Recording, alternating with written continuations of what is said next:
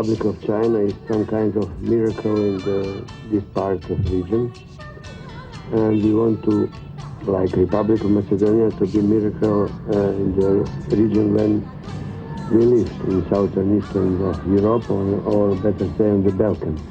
And because that, we decide first of all to promote some kind of confidence building between the people of each countries, and after that it was easier to sign all this agreement and possible agreement for collaboration. Odnosите со Тајван, со Република Кина, цртичка Тајван, беа воспоставени на 27. јануари 1999 година.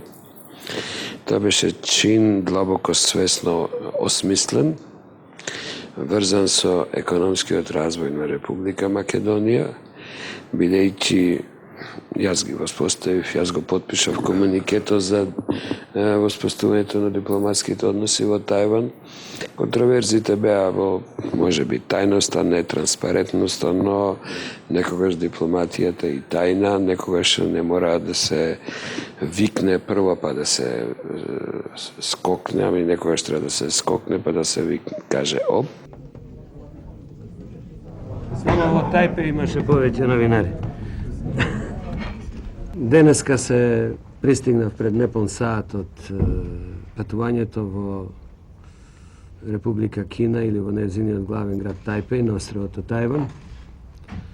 Сакам да ви известам дека за време на престојот таму потпишав заедничко соопштение со министерот за надворешни работи на таа земја, господинот Џејсон Ху, за воспоставување на дипломатски односи меѓу Република Македонија и Република Кина.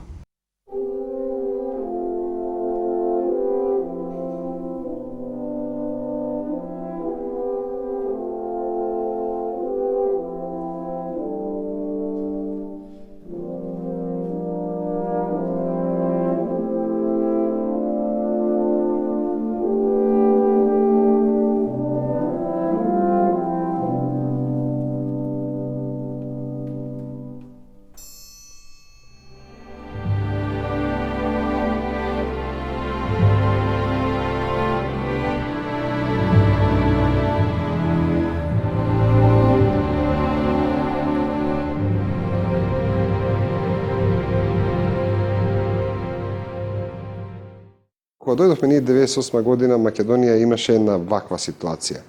Тотална економска беда, никаква економска перспектива и она што морам да подсетам, тогаш Европа имаше став дека евроинтеграцијата на Балканот е запрена. Тогаш Западниот Балкан беше блокиран со евроатлантската интеграција. Проектот Тајван, ако може да го наречеме проект Тајван, беше врзан со економското преживување на Република Македонија. Мислам дека 98 на сите ни беше јасно дека Република Македонија е економски крајно ранлива, со изворедна висок степен на невработеност, практично сиромашка земја, без никакви инвестиции. Имаше една комплетна ситуација на безнадежност и безперспективност. И навистина таа приказна дека Тајван и помошта од Тајван ни се гледаше како еден вентил кој може да го реши економскиот проблем на Република Македонија. Во заедничката изјава, тоа и сега сакам да го кажам, се предвидува една забрзана инвестициона активност која ќе биде во вредност од повеќе стотини милиони долари, американски се разбира. И ние не можеме, да не бидеме, не би рекол индиферентни, мораме да поаѓаме од пред се интересот на оваа земја и на интересот на граѓаните на оваа земја. А тоа е развој и само развој. Од кога и формално се на влада помина одлуката за воспоставувањето на дипломатските односи со Тајван, а една мала индискреција да ви кажам, таа одлука беше чекана да се врати премиерот Георгиевски од Америка. така што кој знае да заклучува меѓународните односи во дипломатијата, штом се врати од Соединетите Американски држави, а таму се сретна и со председателот Клинтон и со државниот секретар Олбрайт, помина одлуката, така што за мудриот доста му е, дека немало никакви пречки и проблеми од страна на Соединетите Американски држави во врска со воспоставувањето на дипломатските односи со Тајван.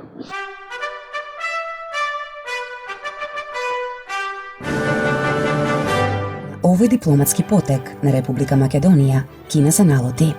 Реакции имаше од сите страни.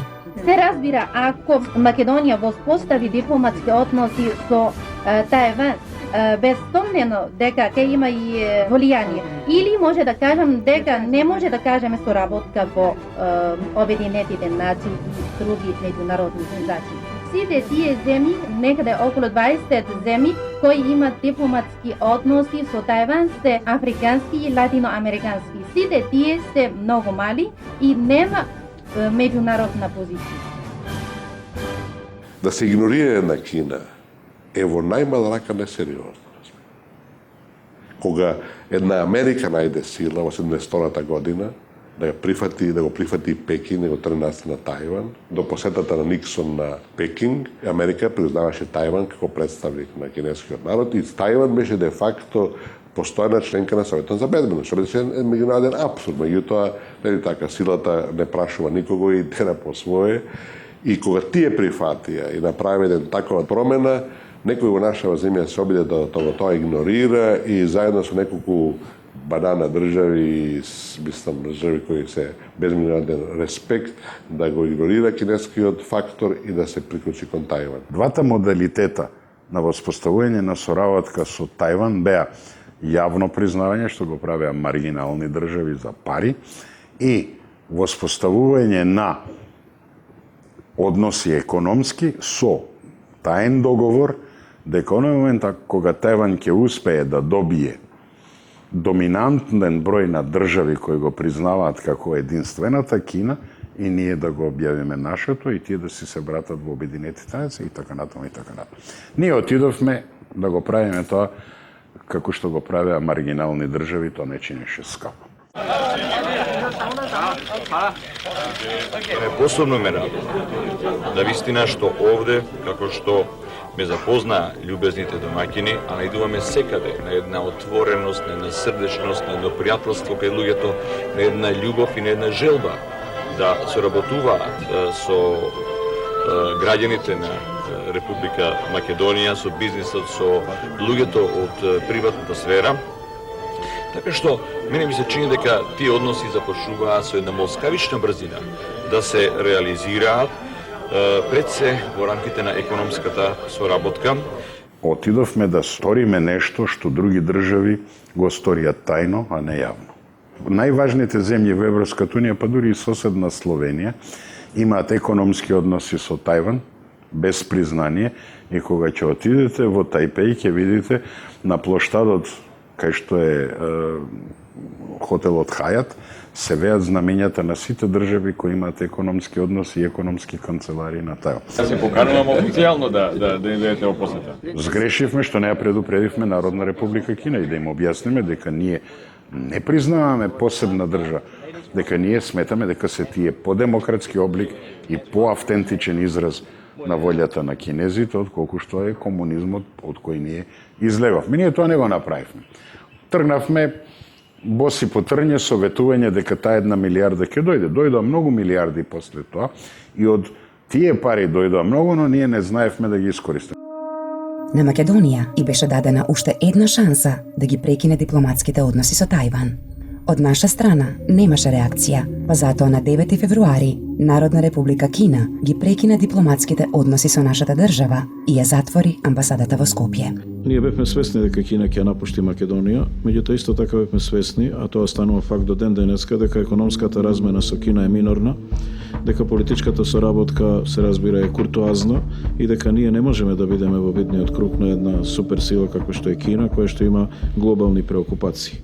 Овој потек на Македонија беше сватен како сериозно мешање во внатрешно политичките односи меѓу Кина и Тајван. Сите договори меѓу Кина и Македонија беа прекинати. Кинеското знаме се спушти, но затоа тајванското се подигна пред хотелот Александар Палас. Знаете, интересно во тој период е што Кина ги замрзна односите со Македонија, не ги прекина. Доколку ги прекинаше, немаше да може да се ги враќа парите од кредитот за хидроцентралата Козјак, што е банално, но за нив интересно, а сето друго го суспендира, иако во сите тие 15 договори, ако добро се сеќавам, постоеше еден период од 3 до 6 месеци на најава дека се прекинува важењето на еден договор кој е ратификуван и во Македонското собрание и во Кинеското собрание. Вие се конфронтирате директно, односно Македонија се исконфронтира директно со една постојана членка на Советот за безбедност Кина, која Тајван го доживува како дел од својата територија. Со Тајван нормално прв пат нашите стратешки пријатели дигнаа раменици и се чудеа што правиме. Што е идејата со оваа приказна?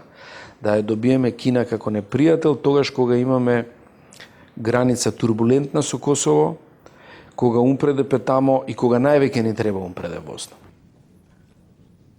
Will those in favor of the draft resolution contained in document S/1999/201 please raise their hand? Претходните 3-4 години можеби помалку ни требаше, колку што ни требаше во очи кризата. Токму тогаш, поради признавањето на Тајван, Кина не блокираше во Советот за безбедност и целата институција, односно операција Умпредеп заврши. Those against?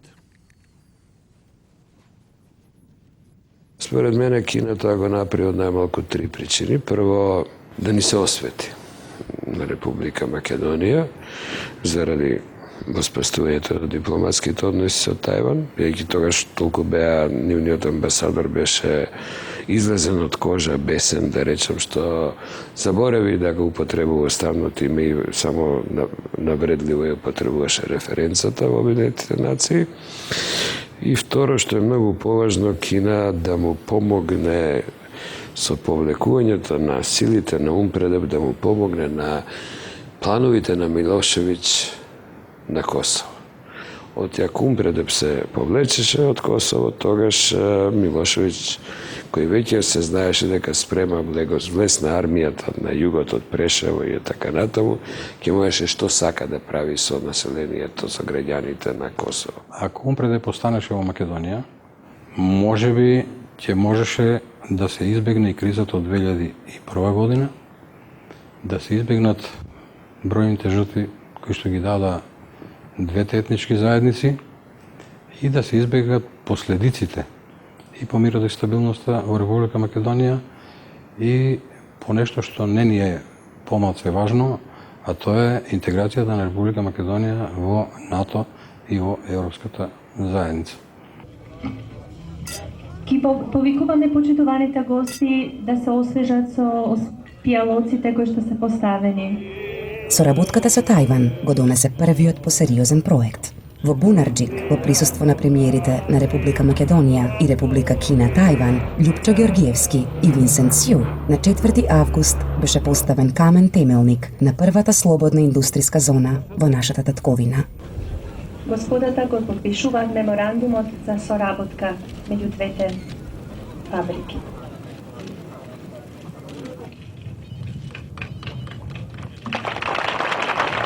Јас сега сум многу среќен во овој миг и верувам дека и господинот премиер Георгиевски е многу среќен што овој наш сон се оствари. Едното беше слободната зона Бунарџик, која доколку тргнеше до сега, веќе не до сега. Јас мислам дека за 3 до 4 години таму ќе работеа 20.000 вработени во 96 објекти, Проценките беа дека за 20.000 луѓе да работат во таа зона, високо софистицирана компјутерска, дека во Македонија ќе работат уште околу 80.000, од картони, пакување, амбалажа, транспорт и така натаму. Така што Скопје беше зоната замислена да биде во тој триаголник, каде што е близко пругата, каде што е близко аеродромот и каде што заради недостиг на работна снага квалификувана ќе доаѓаат луѓе да работат и од Велес, и од Куманово, и нормално од Скопје.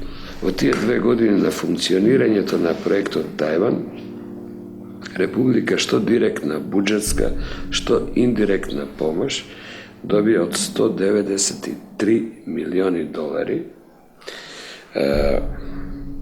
документирани во Народната банка на Македонија или документирани во разноразни буџетски и други фирми. А ништо не добивам. Јас не можам да го видам политичкиот бенефит од таа работа. Значи да видиме барем економски да имаш. Да имаше големи инвестиции во Македонија, бунарџик, нели, панделките, лопати, така, што бидете ништо од таа работа. Значи не донесени ветувани плодови, односно не донесе ништо. Едно сегашна процена неколку 200-300 милиони евра кои се поделија меѓу партиските пријатели и толку. Тоа отприлике ништо. Државата мораше тие кредити да ги враќа. Неколку процеси се возат до ден денеска околу тоа. Но тука никаков аер посебен државата не виде. Никаква значајна операција не виде. Цената која плативме беше страшна. Изгледа нациите и државите учат преку, за жал, своите грешки највеќе, не по тужи грешки.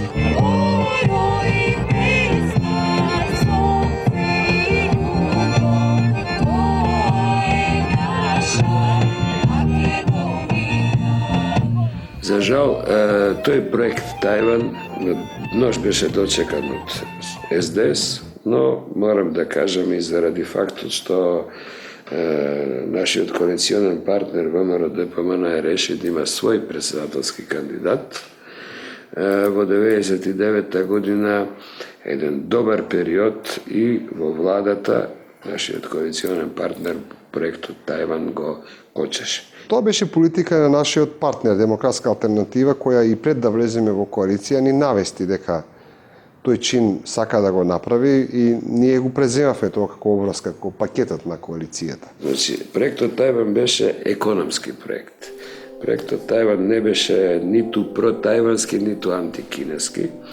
Тој беше пред се про-македонски. До ден денеска тајната на обстанокот на Македонија и на незината афирмација пошироко во меѓународната заедница, вклучувајќи тука и незината стабилност на Балканот, зависат од економскиот развој. Кој не го разбира тоа, може да зборува колку сака за Тајван, но ќе носи еден ден одговорноста пред идните генерации за тоа во каква состојба и се остава Македонија на тие што доаѓаат.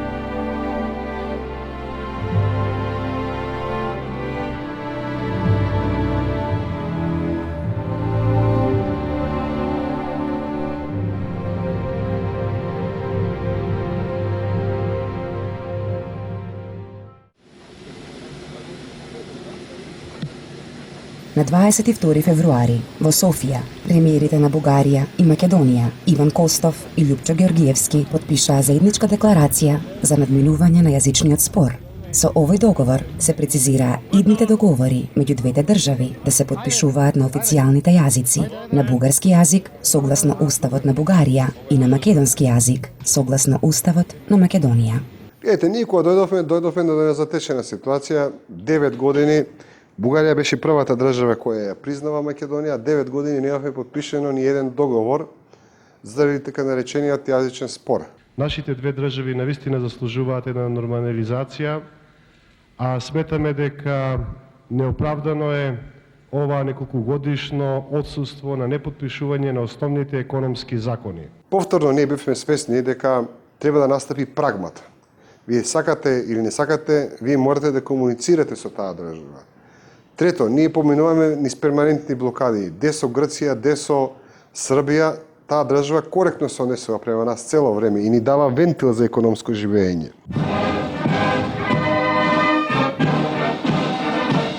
Чисто заради целата промена и за стабилноста на Македонија како нов геостратешки фактор, беше значено да се потпишат тие договори. И сметам дека тука се направи една компромисна формулација која гледам денеска максимално има пофалби и гледам во тие научни кругови, дури се многу често цитира во разни докторски дисертации на решавање на проблеми. И сметам дека тоа беше едно соломонско решение кое денеска гледате никој не му представува проблем. Се подпишуваат договори меѓу Македонија и Бугарија, стотици на сите разни нивоа. Вие гледате документи македонски, бугарски и сето тоа е на рамноправна основа. Едноставно тоа покажува како некој проблем кој до вчера сте го сметале многу важен и многу суштински, во одреден момент кога се решува тој станува беззначен и вие заборавате дека бил и проблем некогаш.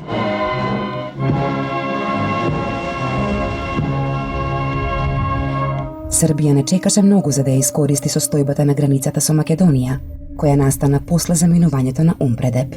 На 17 март, во реонот на караулата Гошинце, 7 припадници на војската на Југославија влегоа на територијата на Република Македонија. Тие навлегоа околу 400 метри во територијата на нашата земја и започнаа да копаат ров. Нашата армија реагираше и истите се повлекоа. Истиот ден, во реонот на Кодра Фура, тројца припадници на пограничната патрола на армијата на Република Македонија од караулата Гошинце беа повредени од противпешадиска нагазна мина. Присуството на нагазни мини покрај воен објект отвори сомневање во безбедноста на пограничниот регион. Најголемиот безбедносен инцидент се случи на 8 април во вооружена престрелка на Горно Блаце од непозната терористичка банда. Беше убиен Благојча Крстановски, професионален војник, чувар на македонската граница. По сите овие немили настани, а особено по тешките гранични инциденти кај скопските села Малино и Танушевци и кај селото Јажинце, што се случија на 5 и 7 јуни, нашата држава упати протестна нота до Југославија.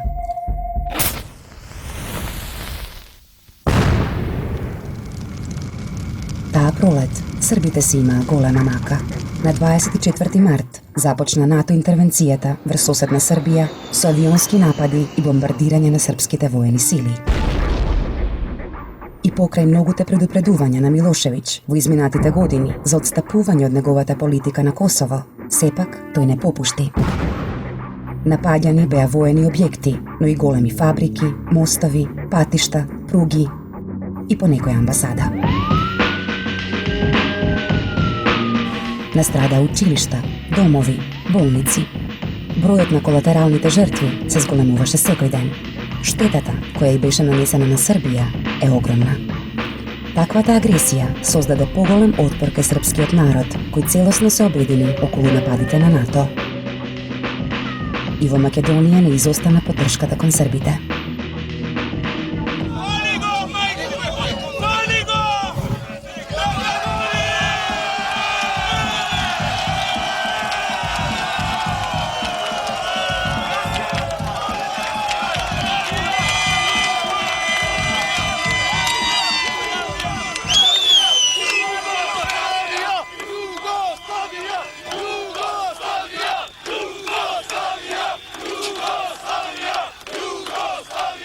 До 1999 година може би една од најкритичните години во развојот на Република Македонија, бидејќи тогаш многу малку фалеше Македонија да биде инволвирана.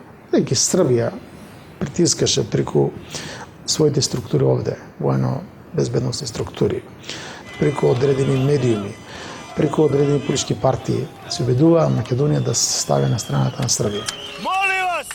Sinoć je grupa građana naterala 8 transportera da se povuku sa granice prema Jugoslaviji. Tako je! Mi ćemo ih isterati i nećemo davati našu decu da ginu za drugoga. Tako je! Ako žele Albance da podrže, neka idu u Albaniju. Ovo je pravoslavna zemlja i pravoslavna će da ostane. Tako je!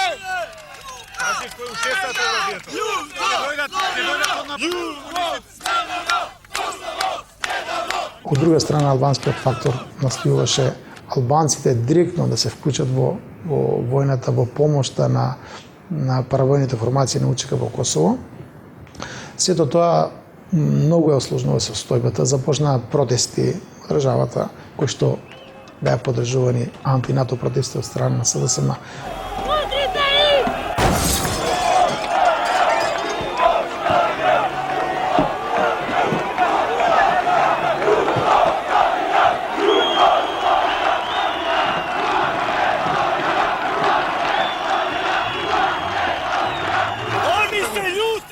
Što im kamenom ambasadu, oni bacaju bombe na nas! Da im nema majka da uspička ne imena! Isterat ćemo ih sve do jednog!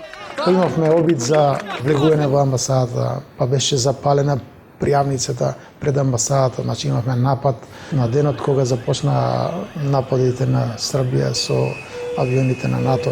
Dobar narod, sve se veje, zidovi, sinova, živi, živi, Tuk Slovenski, žive se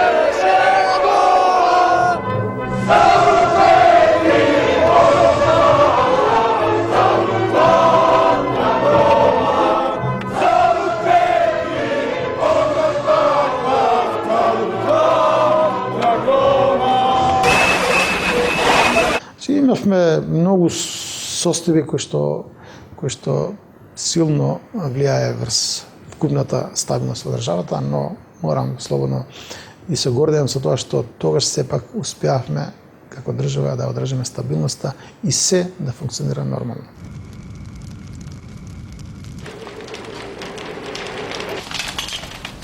Косово гореше. Граѓаните најпрвино станаа без својот мир, а подоцна почнаа да ги губат и своите домови.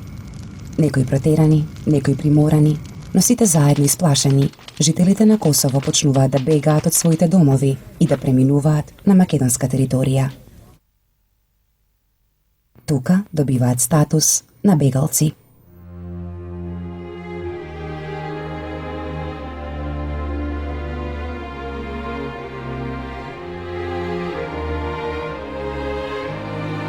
Па една од најкритичните години во период на целосно независна Република Македонија до денес, нели така, е тачно 1999 година, сврзана со настаните на Косово.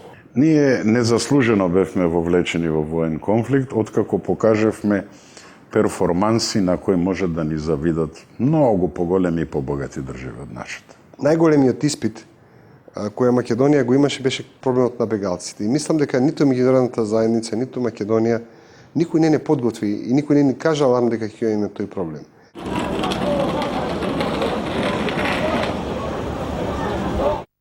Таа криза почна спонтано, почна да доаѓаат прво со коли, 1000, 2000, 10.000 и одеднаш потекаа река на бегалци према Република Македонија. Македонија мораше да ги прими заради тоа што како членка на Обединетите нации обврзано да прима бегалци.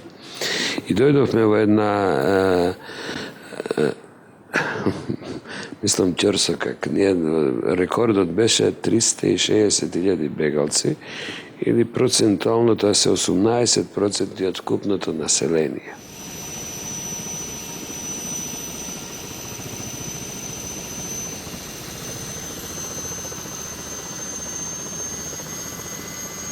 Ние имаме состојба кога дојде до промена на демографската структура на населението во Република Македонија, че бидејќи ние на 2 милиона примивме 400.386.000 бегалци во нашата земја, кои што без разлика на сите, да речам, проценки дека тие можеа да се држат под контрола, тоа е привидна работа, значи тоа може да се држи под контрола во одреден период, меѓутоа тоа на долга патека не може да биде. Јас тоа прашање многу пати сум го отворил со некои мои колеги од западноевропските земји.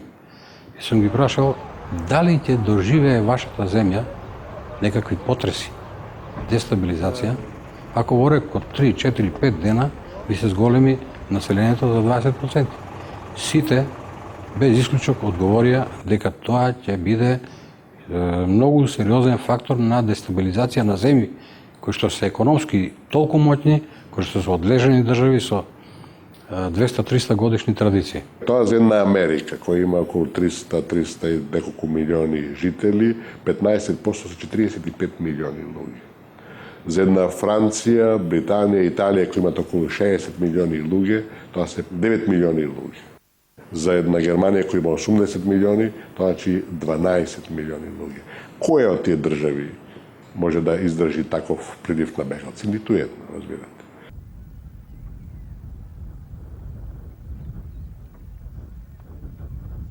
Меѓутоа има една загонетка зошто во тој период целиот бегалски бран беше насочен кон Македонија. Значи не отиде кон Албанија, што беше најприродно, да речеме, еден дел доди во Албанија, и природно беше и другите земји од соседството, па вклучувајќи и пошироко од Европската унија, нели, да ги прифатат бегалците. Самата криза на рефуџисти, како ги нарекува, е тенденција да се дестабилизира Македонија.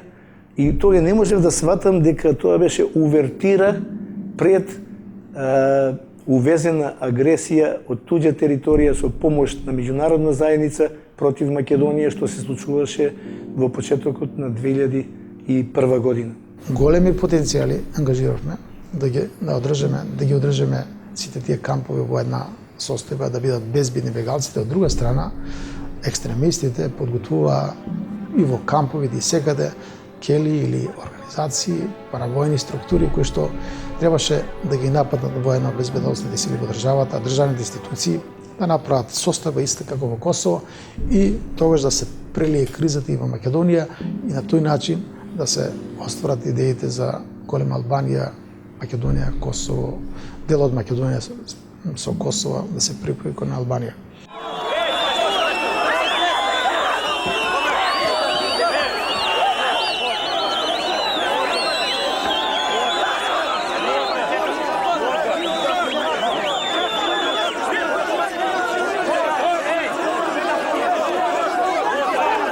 Според тоа, бегалската криза за нас е едно огромно искушение.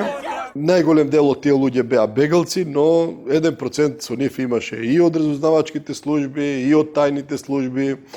Тука имаше веројатно представници од овие организации кои што беа по Босна, по Косово, муџахедини и други. Така да, во принцип, можеби тоа беше и почетокот на создавањето на состојба за избавнување на тој меѓуетнички конфликт во Република Македонија.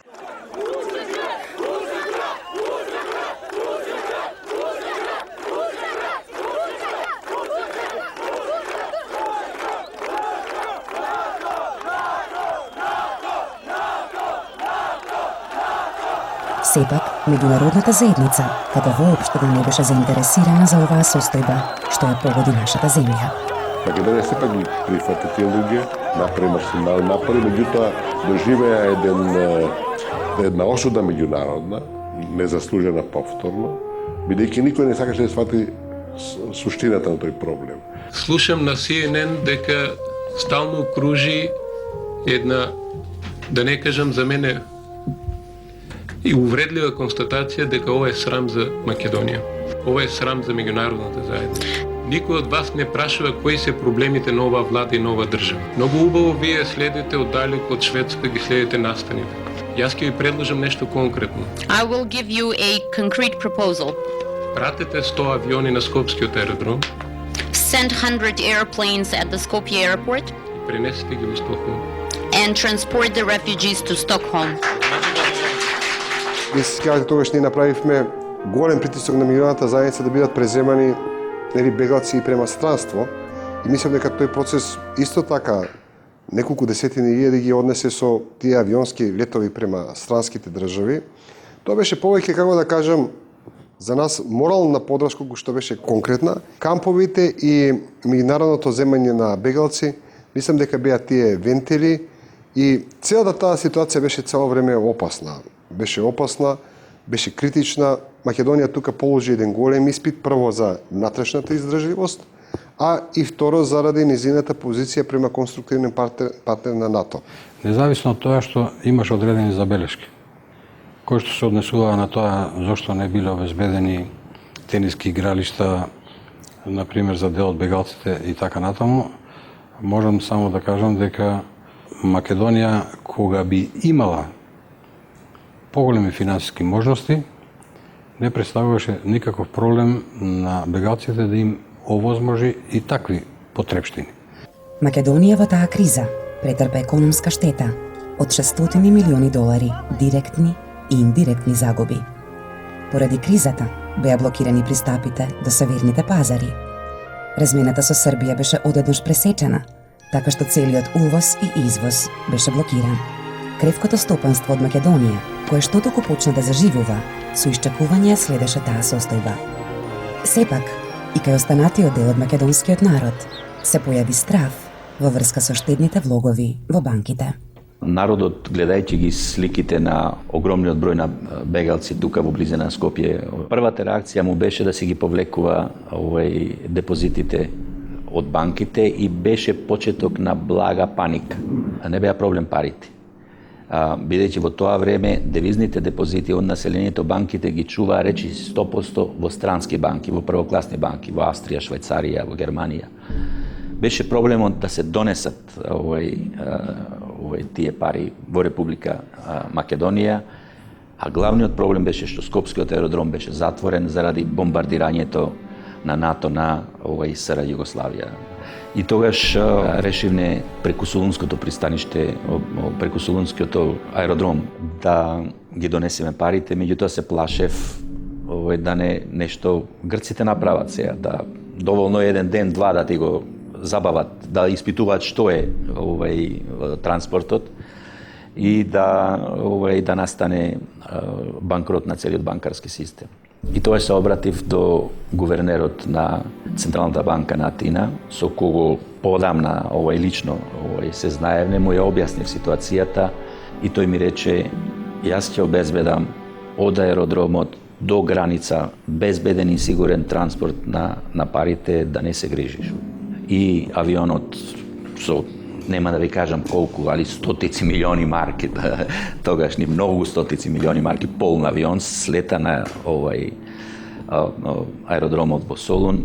Специјалното возило од Народна банка, што е за транспорт на пари, беше веќе тамо. Се префрлија парите и почна транспортот.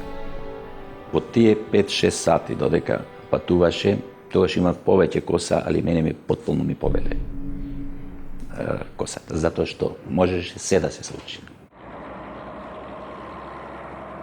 Кризата со бегалците се случуваше се до престанокот на НАТО нападите врз Србија, кои завршија во јуни истата година. Милошевиќ потпиша повлекување на неговите војски од Косово. Бегалците се вратија дома. Наспроти сомнежите дека можеби ќе се случи албанизација на Македонија или такви стравови, тие луѓе всушност до еден се вратија. Останаа некои роми од Косово, околу 700 души до пред некоја година, кои од други причини останаа поради страв да се вратат тамо. Но ова друго све се регулира. Знаете, мене ми е многу понекогаш тешко кога се зборува за сите тие предности на Македонија во НАТО интеграцијата или евроатлантската интеграција.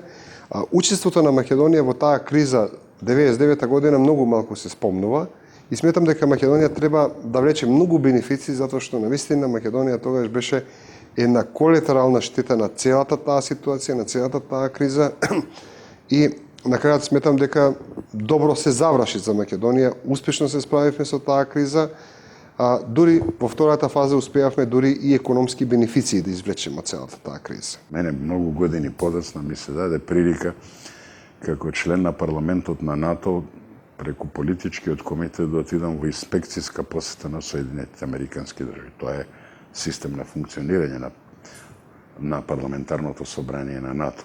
И тоа беше после Катриона и трагедијата на Нью Орленз. И ги прашав добро како е можно држава со вашиот капацитет, со вашата армија, со вашата логистика, со вашата технологија, да не можете месец и кусур дена да дојдете до 2-3 илјади луѓе заробени на стадионот, да им дадете вода да пијат, да не умираат од заразни болести, од жеди, од глад, кога ние, бедна држава на 2 милиона народ, успеавме да удомиме 300.000, никој да не умре од глад, никој да не умре од дезинтерија, никој да не умре од дехидратација. И како што ги примивме, така да ги вратиме, никому да не му фали влакно од глад. Тоа е Македонија.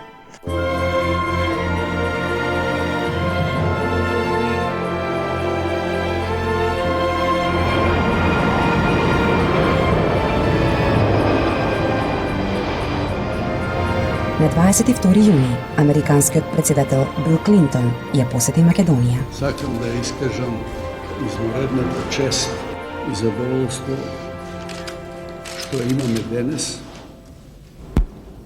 да бидам домакин на председателот на Соединетите американски држави, господин Бил Клинтон.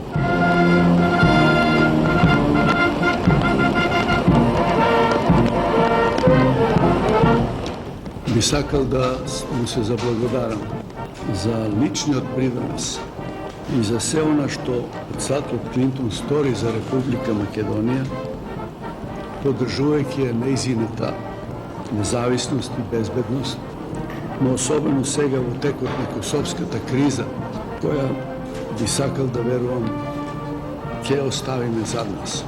Ние во Република Македонија ја очекуваме американската поддршка во забрзувањето на демократските процеси во целиот регион и интегрирањето во НАТО, а со тоа и во Европската унија. I thank the President for his statement and would like to reply by saying that I came here for two reasons. First, I want to thank the leaders and the people of Macedonia for helping a just cause to prevail in Kosovo, for giving shelter and hope to the Kosovar refugees, and for welcoming our NATO troops who came here to help those refugees. NATO could not have achieved its mission without you. The people of Kosovo would not be going home to security and autonomy without you. I came here, as much as anything else, to say thank you. Америка ја поддржува Македонија на незиниот пат кон евроинтеграциите и економски ја помага. Во 1999 година вкупната американска помош за Македонија е 3 пати поголема од 1998, а тоа е околу $100 милиони парична вредност на различни производи.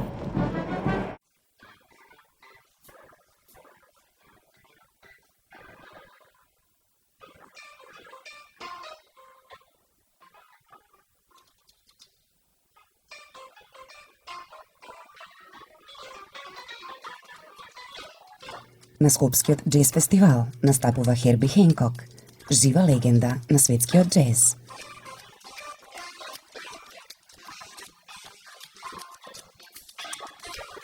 Македонија ја продолжува својата пракса да биде во тек со главните настани од светската джез сцена.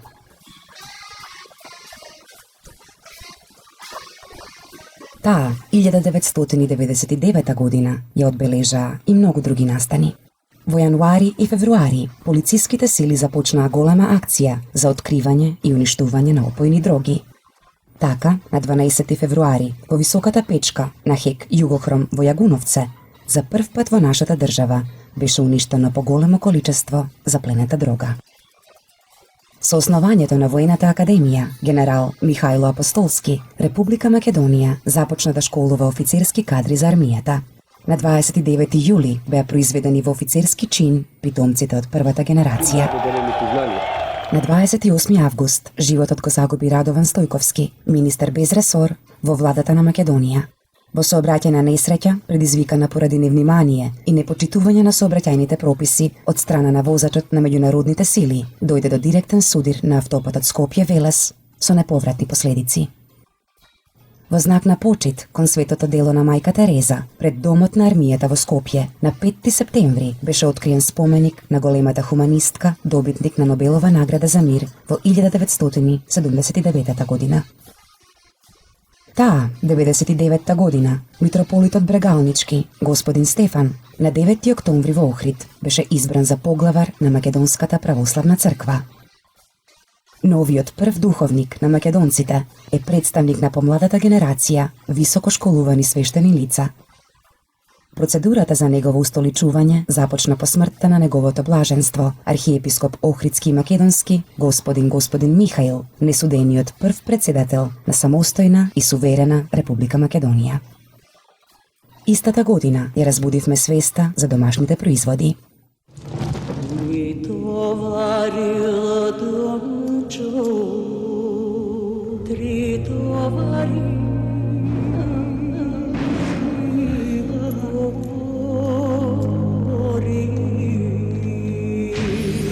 Во таа година се случи првата посериозна медиумска јавна кампања. Тоа беше кампањата Купувајте домашни производи, која што не само што беше прва, туку би рекол и беше најприфатена од граѓаните, од сите кампањи што пред или потоа се случиле, и беше на некој начин многу дискутирана и си даде едно свое влијание помеѓу граѓаните. Значи, ако некоја кампања имаше навистина сериозен импакт, сериозно влијание врз народот, врз граѓаните, тоа беше таа.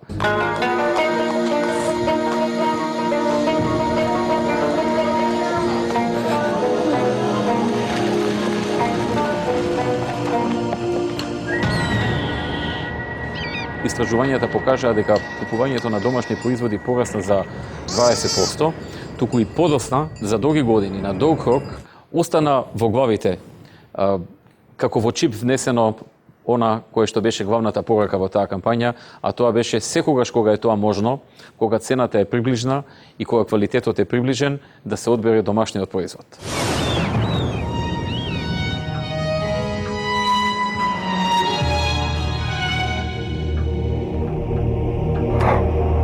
Because it's good. Always been. Made in Macedonia.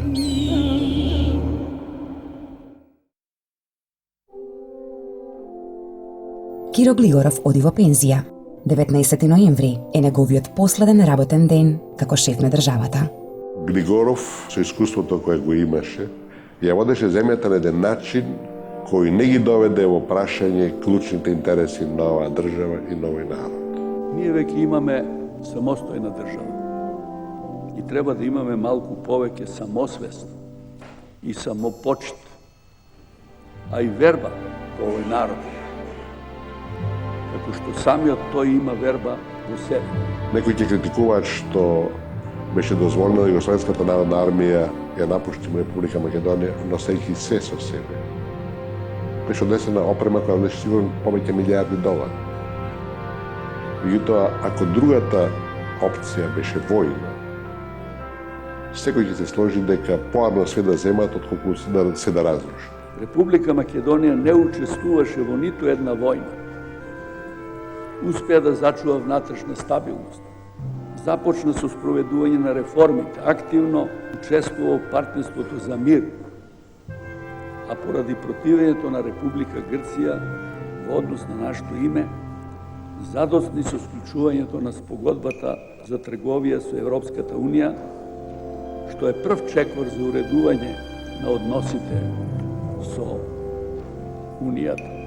И мора да кажам дека имаше прилика некој председателе, мислам дека треба поинаку, но сам малце по, да речем, агресивно или по одбивно да реагираме на некои понуди, акции на мировниот фактор, но се насмере, че се согласува, се уште не е време.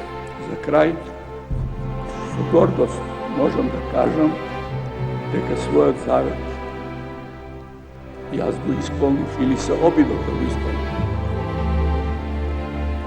Затоа на сите и благодарам за вниманието.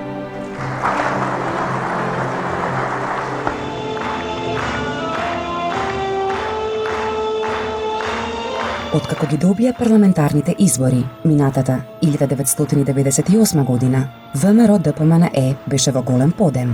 Нивниот председателски кандидат беше представен на конвенцијата на партијата. Борис Трајковски беше избран во конкуренција со Никола Клюсев. Овој пат имаме пред нас председателски избори, предизвик во кој ние како победничка партија од минатите избори немаме право да се тешиме и да велиме дека важно е само да се учествува, затоа што со тоа може да се тешат другите. За ВМРО ДПМНЕ има само една и единствена цел и една единствена задача.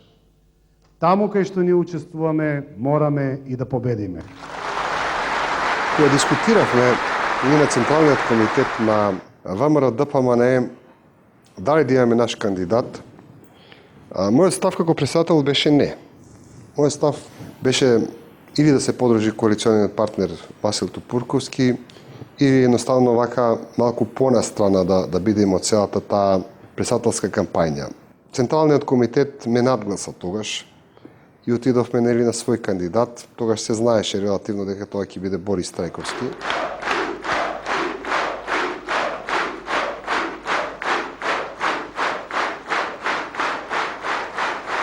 Како што ви ветив, ќе му служам на народот, ќе служам за доброто на мојата татковина, да направам се за нашите и вашите деца. Тие се нашата иднина. Ќе работам за модерна и просперитетна Македонија. За Македонија со нови визии и нови успеси, за Македонија во семејството на Европа. Тоа беше практично почеток на крајот на тогашното ВМРО ДПМНЕ, затоа што самиот факт што ние исфрливме наш председателски кандидат зборуваше дека имаме силен рейтинг. Меѓутоа самите председателски избори беа за жал доста штетни за ВМРО ДПМНЕ. После резултатот од првиот изборен круг, кога Борис Трајковски губеше катастрофално од Тито Петковски, за да го спашиме достоинството на ВМРО, ние моравме да ги употребиме оние непринципилни методи од пуштање на многу пари во целата таа изборна кампања, од непринципилни притисоци. Очекувам дека ова ќе бидат фер и правични избори, каде што навистина демократијата уште еднаш ќе покаже дека има место во Република Македонија. Тоа беше најелементарна кражба. Бидејќи знаете, не може салто мортале да се случи. Во првиот круг јас водев 128.130.000 гласа. Веднаш да се случи пресврт кај бирачкото тело за 2 недели. Тоа не е можно. Исто можем да кажем дека нашиот коалиционен партнер ДПА посебно се изложи затоа што, ако се сеќавате, тогаш сите, не знам, 330.000 албански гласачи гласаа само за Борис Трајковски. Дури еден од председателските кандидати на албанците кажа дека е ова најобична кражба, дека излезеноста беше 102% во стилот на Амди Байрам. А еден политичар од албанскиот блок Насер Зибери во тоа време тврдеше дека повеќе од 30% албанци не излегува на изборите. Од кај се случија да 102% да излезат или 100%? И практично од тука тргна возот на ВМРО ДПМНЕ назад. Луѓето не доживеа како малку насилници, некои кои им го наметнавме на сила како председател. И мислам дека веќе сосема се прекрши јавното мнение, се прекрши медиумите и целиот процес тргна против тогашната структура на ВМРО ДПМНЕ. На 5 декември во 24 изборни единици се одржа прегласувањето во вториот круг од председателските избори. Македонија го доби Борис Трајковски за нов председател. На самата инаугурација, претеничката група на СДСМ не присуствуваше, со образложение дека новоизбраниот председател за нив представува обичен граѓанин. Изјавувам дека функцијата председател на Република Македонија ќе вршам совесно и одговорно, ќе ја вршам совесно и одговорно, ќе го почитувам уставот и законите, ќе го почитувам уставот и законите и ќе го штитам суверенитетот, територијалниот интегритет и независноста на Република Македонија. Територијалниот суверенитет, интегритет и независноста на Република Македонија. Го молам председателот на Република Македонија, господин Борис Трајковски, да го потпише текстот на свечената изјава. Добро, јас бев поблиску до институцијата председател на држава, затоа што му бев советник на покојниот председател Борис Трајковски. И мислам дека се работеше за една нова личност со така нов пристап, со нова филозофија кон решавање на проблемите, со помлада енергија и поинаква визија за решавање на многу важни прашања. Ветувам дека како председател на сите граѓани, без оглед на етничката, верската и партиска припадност, ќе работам заедно со вас, а се со цел Македонија во новиот милениум да стане стабилна и просперитетна европска држава. Председателот Трајковски секој пат градеше односи на разбирање, односи на меѓусебно почитување со сите луѓе со кои што имаше официјални или неофицијални контакти. Неопходно е сите ние заедно, без оглед на партијската припадност, заеднички да се здружиме за добробитот на Македонија и незините граѓани. Борис Трајковски, кој беше пријател, независно што беше од опозицијата тогашна, се покажа како председател кој ја га надмина прогнозите за неговиот формат. Од почеток кои беа многу скромни, дури навредливи код него. Неговата позиција ја детерминира две вертикали, една силна морална вертикала внатре, која го одржуваше да не биде корумпиран или да не потпадне под морално корумпиран, мисля да не потпадне под тој предизвик на власта. И вториот пилар беше меѓународните врски кои на Македонија навистина и помогнаа преку него. Почитувани граѓани на Република Македонија, ветувам дека ќе ја поведам Република Македонија во следниот милениум како мирна, демократска и просперитетна држава. И ја подавам мојата рака во знак на пријателство на сите кои ќе ми се придружат кон оваа благородна кауза. Ќе покажам и докажам дека никој од сегашното државно раководство нема, нити пак има намера да ја дели, распродава, федерализира или на било кој начин да ја прекројува нашата држава. Не влезе во некои плитки концепции, необмислености на неговиот тогашен партиски лидер. Таа нова политика беше првенствено во самата нејзина фамилија, значи во рамките на ВМРО ДПМР. Беше оспорена, дури и нападната на драматичен начин, на најпосреден начин. И мислам дека беше тоа среќен момент за Република Македонија. Неговото тргнување од политичкото покровителство на неговиот ментор, врз основа на кој тој беше избран. Нема да дозволам етничка омраза, шовинизам и нетолеранција да ја подкопат стабилноста на државата. Етничката разновидост представува богатство, чие зачувување, негување и развивање треба да биде стратешка и константна определба за Република Македонија. Кога нема предвидам дека ќе израсне во таков формат на политичар, меѓутоа по некој пат времињата си бараат своји луѓе и времињата и тешкотиите ги создаваат карактерите или ги ставаат на искушение карактерите и оние кои ги имаат се покажуваат, другите исчезнуваат или се кријат негде. Тоа беше голема среќа за Македонија во тој период да го има Борис и тој својата улога историска ја заслужи и обележи. Затоа, почитувани граѓани, ајде да изградиме Македонија како држава во која незините граѓани ќе можат да го реализираат целиот свој потенцијал. Во векот што изминува остваривме голем прогрес. И пред нас е голем просперитет, кој може да го направат само луѓе со големо срце и дух. Сакам да го повикам она најдоброто во нас, во вашите срца денес, заедно да го започнеме новиот век и новиот милениум. Господ да ве благослови, Господ да ја благослови Македонија. Благодарам.